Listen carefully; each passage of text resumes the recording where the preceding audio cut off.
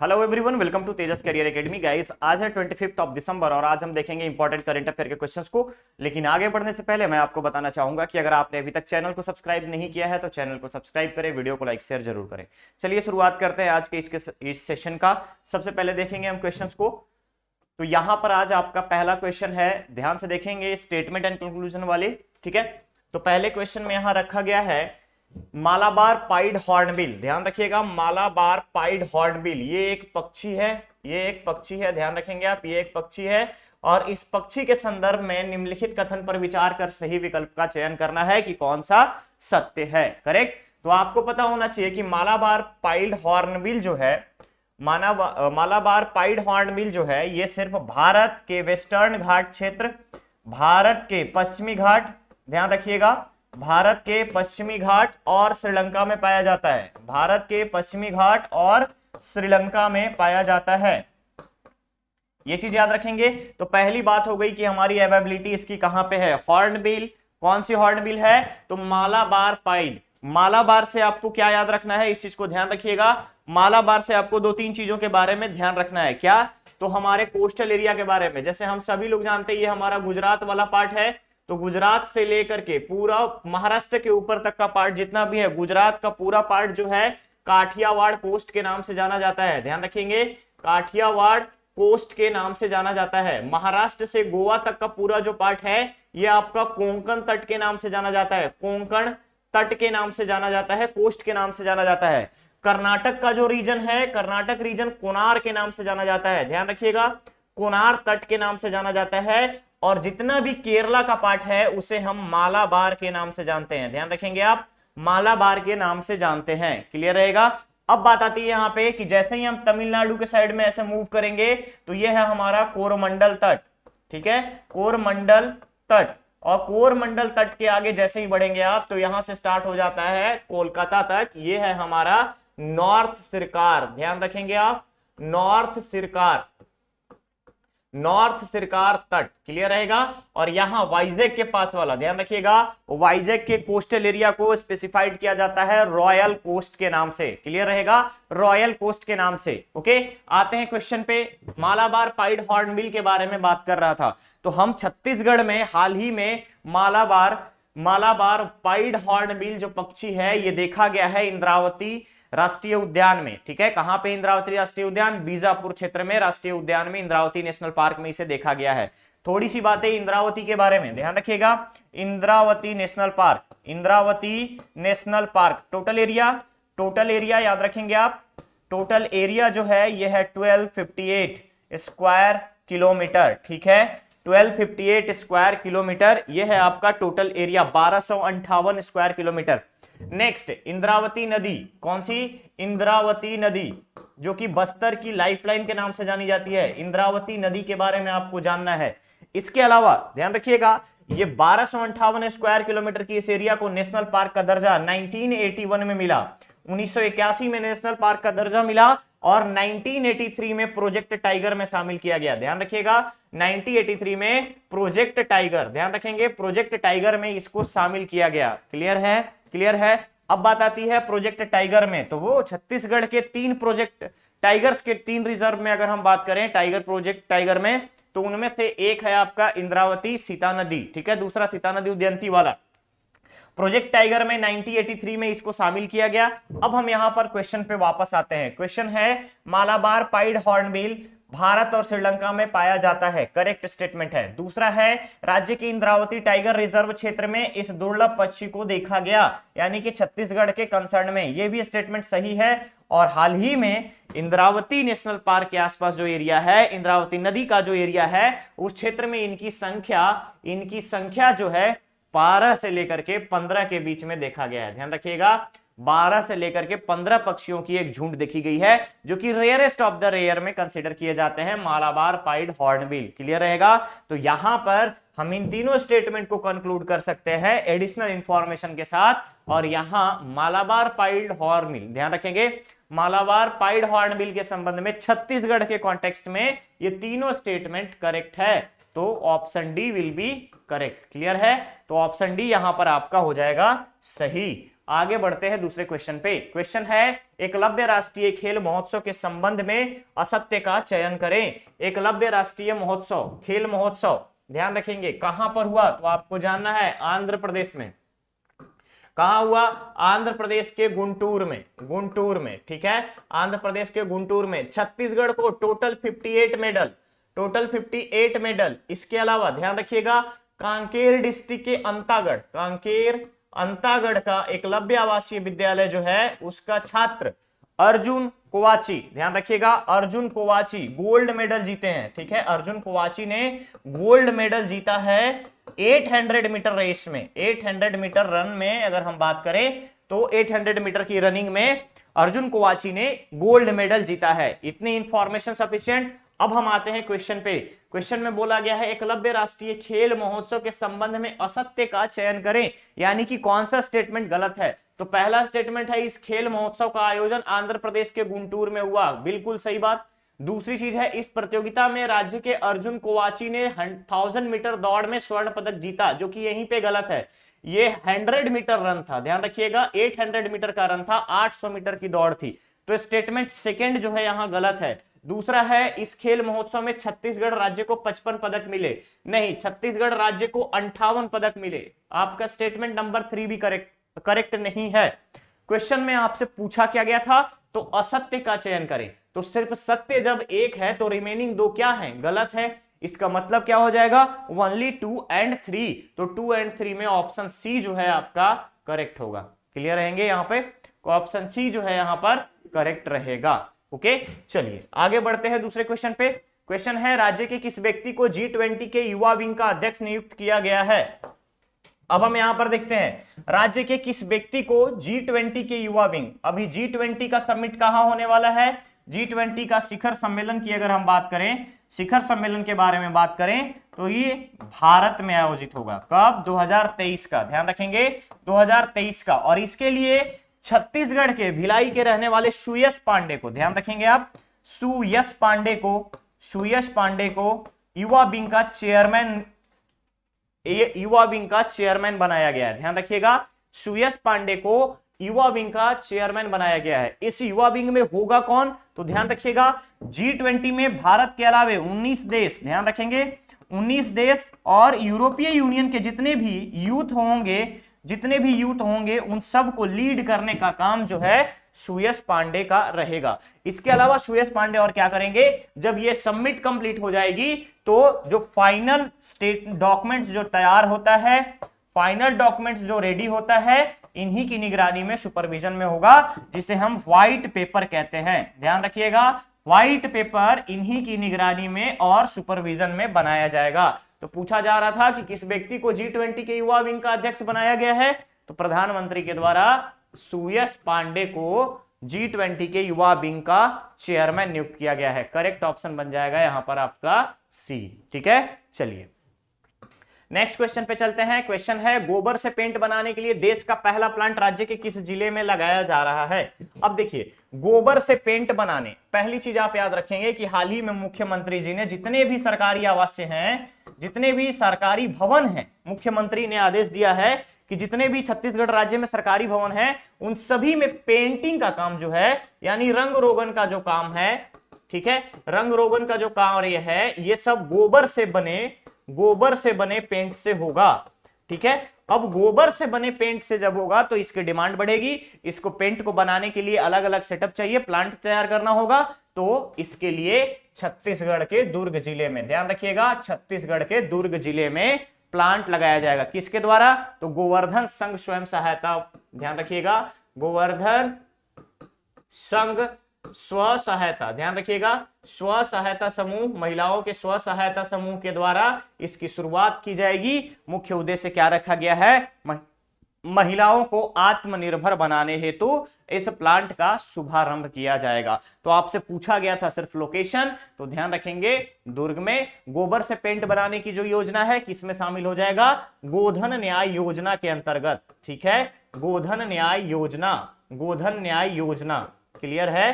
गोधन न्याय योजना के बारे में मैंने बहुत ही डिटेल आपको बता रखा है न्याय के अध्याय में, तो आप चाहें तो वहां पे वीडियो देख सकते हैं, क्लियर रहेगा। करेक्ट ऑप्शन बन जाएगा आपका डी, ठीक है। चलिए नेक्स्ट क्वेश्चन पे चलते हैं। क्वेश्चन है राज्य के नक्सली समस्याओं, राज्य में नक्सली समस्याओं से निजात पाने के लिए कौन सा अभियान लॉन्च किया गया?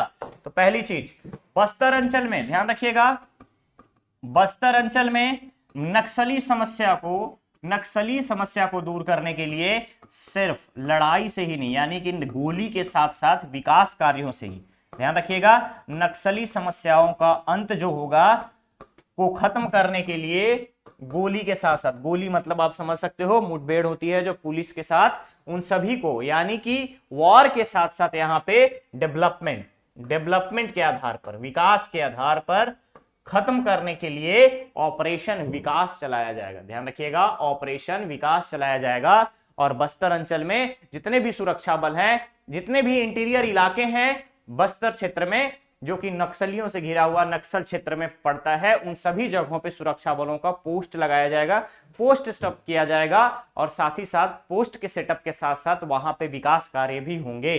जैसे सड़क व्यवस्था लाई जाएगी, सड़क व्यवस्था लाई जाएगी, यानी कि सड़क व्यवस्था की अगर हम बात करें तो सड़क व्यवस्था के साथ साथ जो इंफ्रास्ट्रक्चर का डेवलपमेंट हो सकता है, स्कूल हो गया, बच्चों के लिए जो ग्रामीण क्षेत्र में है उन बच्चों के लिए स्कूल्स की स्थापना की जाएगी, नए नए बिल्डिंग्स बनाए जाएंगे। ये सारे काम जो हैं नक्सली समस्याओं से निजात पाने के लिए ऑपरेशन विकास के अंतर्गत ये सारी चीजें की जाएगी। क्लियर रहेगा?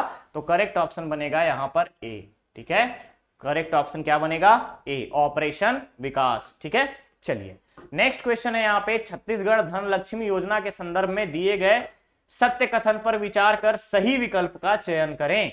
छत्तीसगढ़ धन लक्ष्मी योजना, पहली चीज छत्तीसगढ़ धन लक्ष्मी योजना आ गई बात, तो ये किसकी योजना होगी? राज्य सरकार की, राज्य सरकार की योजना। ठीक है, राज्य सरकार की योजना। इसके अलावा जब राज्य सरकार की योजना महिलाओं या फिर बच्चों से रिलेटेड हो तो किस डिपार्टमेंट के अंतर्गत आएगा? महिला एवं बाल विकास। ध्यान रखिएगा, महिला एवं बाल विकास, छत्तीसगढ़ राज्य सरकार की योजना महिला एवं बाल विकास विभाग द्वारा संचालन। ठीक है, महिला एवं बाल विकास विभाग के द्वारा संचालन, ठीक है, विभाग संचालित करेगा। ठीक है, क्लियर रहेगा? चलिए अब बात आती है महिला एवं बाल विकास संचालित होगा, बाल विकास के द्वारा संचालित होगा। और दूसरी चीज ध्यान रखेंगे, छत्तीसगढ़ धन लक्ष्मी योजना का उद्देश्य जो है जितनी भी बालिकाएं हैं, पहली चीज भ्रूण हत्या को रोकना। ठीक है, भ्रूण हत्या को रोकना और बालिकाओं को शिक्षा का अधिकार दिलाना, बालिकाओं को शिक्षा का अधिकार दिलाना। ध्यान रखेंगे आप, शिक्षा का अधिकार दिलाना, ये इस मिशन और इस योजना का मुख्य उद्देश्य रहेगा। क्लियर है? चलिए अब इसका लाभ किसको मिलेगा? तो ध्यान रखिएगा, छत्तीसगढ़ राज्य में राज्य के जितने भी आर्थिक रूप से कमजोर परिवार है, आर्थिक रूप से कमजोर परिवार, ध्यान रखेंगे, आर्थिक रूप से कमजोर परिवार के बालिकाओं का इसका लाभ मिलेगा। कमजोर परिवार के बालिकाएं जितनी भी है, लड़कियां जो हैं, उनको इसका लाभ मिलेगा। क्लियर है? इन लड़कियों को लाभ मिलेगा। अब हम आते हैं क्वेश्चन पे, सत्य कथन के बारे में चुनना है। पहला है, यह योजना राज्य महिला एवं बाल विकास विभाग द्वारा चलाया जा रहा है, बिल्कुल सही बात है। दूसरा, उद्देश्य प्रदेश में कन्या भ्रूण हत्या को रोकना और बालिकाओं को शिक्षा का अधिकार देना, बिल्कुल सही बात है। तीसरा, आर्थिक रूप से कमजोर यानी इकोनॉमिक वीकर सेक्शन जो भी परिवार है, प्रदेश की बालिकाओं को लाभान्वित किया जाएगा, ये भी सही है। यानी कि यहाँ पे all statements are correct. Option B जो होगा, ध्यान से देखिएगा, यहां पर मेंशन किया गया 1, 2 और 3, यहां पर ऑप्शन बी जो होगा करेक्ट ऑप्शन होगा। क्लियर है? चलिए आगे बढ़ते हैं हम दूसरे क्वेश्चन पे। क्वेश्चन है, छत्तीसगढ़ भुइयां डिजिटल हस्ताक्षरित भूनक्शा 2022 के संबंध में असत्य का चयन करें। पहली चीज, छत्तीसगढ़ भुइयां डिजिटल हस्ताक्षरित भूनक्शा 2022 क्या है? भुइयां डिजिटल। तो ध्यान रखेंगे, छत्तीसगढ़ राज्य में जितने भी नागरिक हैं, नागरिकों के जमीनों को डिजिटलाइज्ड कर दिया गया है। ठीक है, डिजिटलाइज्ड, ठीक है, डिजिटलाइज्ड कर दिया गया है और इसके द्वारा भुइयां ऐप को लॉन्च किया गया है। ठीक है, भुइयां ऐप लॉन्च किया गया है, जिसको आप घर बैठे अपनी जमीन के बारे में सारी जानकारी घर बैठे प्राप्त कर सकते हैं। जानकारी जो है, छत्तीसगढ़ राज्य के जितने भी नागरिक हैं, अपने जमीन संबंधित सारी जानकारी जो है घर बैठे प्राप्त कर सकते हैं भुइयां ऐप के माध्यम से। अब ये तो बात हो गई बेसिक भुइयां ऐप के बारे में, क्या होगा उसके बारे में। अब बात आती है कि डिजिटलाइज्ड जो भुइयां ऐप है, इसका मुख्य पर्पस जो है लोगों को जानकारी देना है, साथ ही साथ इसका लाभ किसे मिलेगा? तो जाहिर सी बात है कि जब राज्य सरकार की योजना है, राज्य सरकार ने लॉन्च किया, तो राज्य सरकार तो छत्तीसगढ़ के अस्थाई निवासी, ध्यान रखिएगा, छत्तीसगढ़ के अस्थाई निवासी जिनकी जमीनें हो यहां पे, उन्हीं को इसका लाभ मिलेगा। क्लियर है? चलिए वापस आते हैं क्वेश्चन पे। क्वेश्चन में बोला गया पहला स्टेटमेंट है कि राज्य सरकार द्वारा संचालित राज्य के भूमि एवं भुइयां आधारित योजना है। ठीक है, राज्य के भूमि एवं भुइयां आधारित योजना है, दैट इज आपके लैंड डिपेंडेंट, ध्यान रखिएगा, लैंड बेस्ड जो एरिया आपका है वो है यहां पर योजना का मुख्य केंद्र। अब है यहां पे इसके माध्यम से राज्य के निवासी, ठीक है, इसके माध्यम से राज्य के निवासी घर बैठे अपनी जमीन के बारे में जानकारी प्राप्त कर सकते हैं। जैसा कि मैंने बताया कि भुइयां ऐप से सारी जानकारी आप ले सकते हो अपने जमीन और प्रॉपर्टी के बारे में, तो ये दोनों स्टेटमेंट जो है करेक्ट है। अब हम देखते हैं नीचे वाले स्टेटमेंट को। इस पोर्टल का लाभ देश के सभी नागरिक प्राप्त कर सकते हैं। कहां तक है ये, किसका कनेक्शन कुछ है क्या? जब राज्य सरकार की योजना है, राज्य सरकार द्वारा संचालित है, तो देश के नागरिक कैसे प्राप्त कर सकते हैं? तो यहां पे सिर्फ तीसरा स्टेटमेंट जो है वो गलत है। बोला गया था आपसे असत्य का चयन करें, तो option A will be correct, केवल एक, केवल 3, ऑप्शन ए जो होगा यहां पर आपका सही होगा। ठीक है, चलिए अगले क्वेश्चन की तरफ बढ़ते हैं। क्वेश्चन है राष्ट्रीय किसान दिवस कब मनाया जाता है? कब मनाया जाता है इस पे हम बाद में आएंगे, पहले जानेंगे कि मनाया क्यों जाता है। तो ध्यान रखिएगा, देश के स्वतंत्र भारत के 5वें प्रधानमंत्री, स्वतंत्र भारत के 5वें प्रधानमंत्री चौधरी चरण सिंह, ध्यान रखेंगे आप, चौधरी चरण सिंह के बर्थ एनिवर्सरी को, चौधरी चरण सिंह के बर्थ एनिवर्सरी को, यानी कि जन्म दिवस को राष्ट्रीय किसान दिवस के रूप में मनाया जाता है।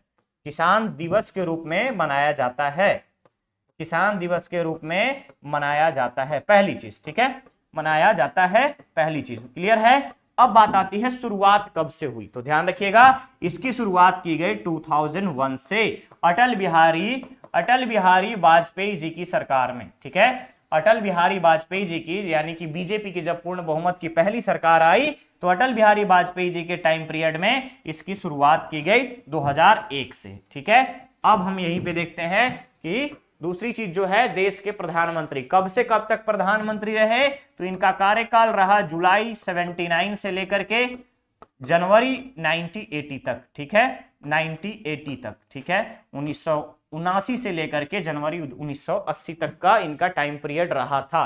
क्लियर है, ये देश के 5वें प्रधानमंत्री हैं। अब हम बातें हैं कि इनका जन्मतिथि मनाया कब जाता है, तो ध्यान रखिएगा 23 दिसंबर को इनका जन्मतिथि मनाया जाता है, और पूरे देश में राष्ट्रीय किसान दिवस 23 दिसंबर को मनाया जाता है। करेक्ट ऑप्शन बन जाएगा यहां पर आपका बी। ठीक है, चलिए इतनी चीजें क्लियर हो गई, आगे बढ़ते हैं दूसरे क्वेश्चन पे।